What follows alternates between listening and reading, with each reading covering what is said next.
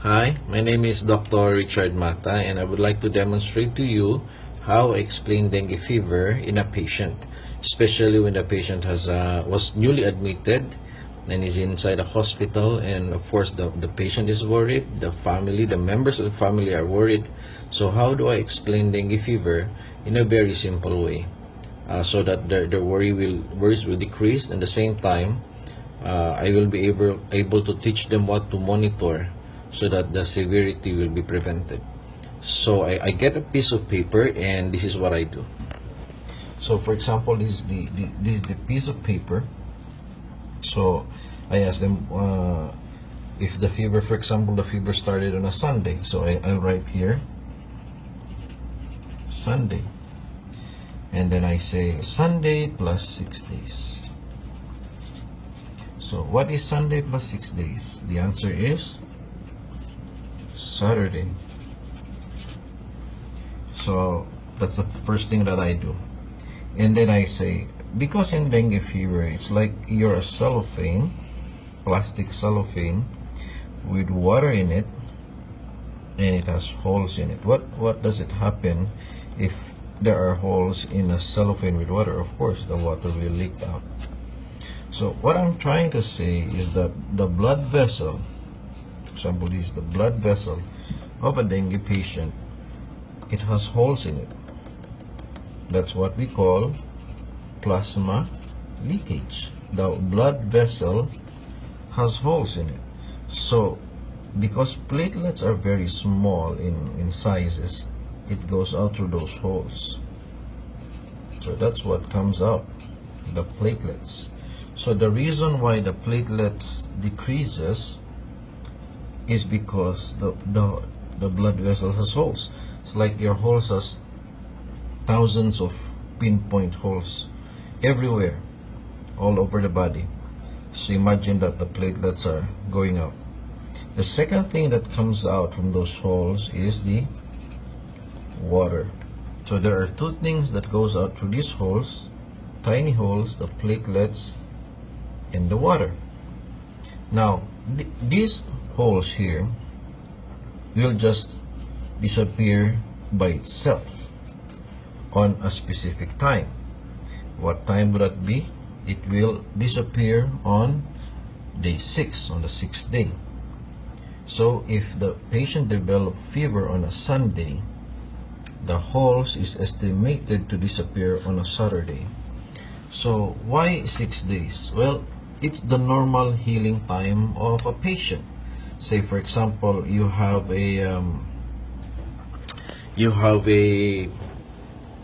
I have a wound like here on my face, and then you apply medicine, even the best medicine. You apply, for example, papaya leaves, if that's what you think. Do you think the wound will disappear tomorrow? Of course not. The next day, you know the wound will still be there. But after 6 days, we all know that the wound will just heal by itself. So that's the normal healing period. You cannot rush healing. There's a time for healing. So that's what the healing time needs. Number 2, the same way with a viral infection. Dengue is a virus. A virus comes in and usually stays around 6 to 7 days, and it goes out. So that's 2 reasons. Number 1 is the normal healing period, and at the same time the time limit of a virus that stays in the body. Okay? So going back to the picture, if the Sunday started with a fever for 6 days, then by Saturday the holes will again decrease. That means if the platelet of the patient, for example, is 150, if it's not yet Saturday or the 6th day, naturally it will drop to 90, then the next day will be around 65, for example, then around 45, meaning the platelet really decreases every day until the 6th day, which is the Saturday. Then after the 6th day, it's gonna do a U-turn. It's gonna go up. So for example, 45, again it revises to 50, then goes to 60 gradually. That's the pattern of a platelet. in dengue. It only drops for 6 days, then it does a U-turn by the 6th day. Okay, so the problem actually is not the platelets. Why? Because the platelet will just go down and then will do a U-turn on the 6th day. That's the reason why there are many herbals or plants like papaya in our country, tawa-tawa, or many other herbals that they thought is the cure, but it's not really the cure, because it's really natural that the platelet will increase on the 6th day. So because they don't know that, they thought it was the herbals that they were giving that the one that increased, but it's a natural increase actually. The thing here is this: the water. If the platelet decreases every day, which is natural, until day 6, and the water decreases as well, which we call dehydration, because as we know, water goes out from the blood vessels. If the patient develops dehydration, that where is the danger, because dehydration will cause injury to your intestine, which will cause ulcer formation. Now, if you have an ulcer formation, you'll start to bleed from your intestine, like you're gonna vomit blood, or in the stool you have blood. And because the platelet is low, there will be a severe bleeding. But if there was no dehydration, then there will be no ulcer formation. Therefore, even if the platelets are low, there will be no severe bleeding, because there was no formation of ulcer, which was triggered by a dehydration. So the bottom line is that if the patient is not dehydrated, even if the platelet is low, the patient will not go into danger. Other problems of dehydration is, of course, kidney failure and sudden shock because of lack of water. So bottom line, dengue is a dehydration disease. It's like diarrhea. You focus here. Many people focus here and they forgot this one.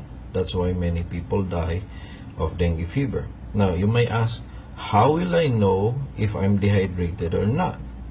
Well, the easiest answer is this: urine. If you always urinate at least less than 4 hours with a clear urine, you're gonna survive dengue fever. So meaning, if you are hydrated properly, you will be urinating around 2 hours or even less, 3 hours. But if you're urinating 5 or 6 hours, there's a sign. I'm not saying that you're already dehydrated, but it is proper that should be ahead of it. And the same thing, if the urine's color is clear, transparent yellow, that's a good color. But if it's dark yellow or orange or almost brown, that's already a sign of dehydration. So bottom line, it's not a worry if the platelet decreases, as long as you're always urinating. So the same way in this picture, even if the cellophane leaks with water, if you can give enough water coming in more than the water coming out, you will achieve a balance.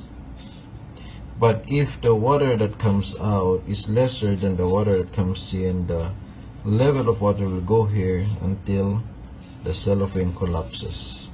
So that is dangerous. So this is basically dengue management.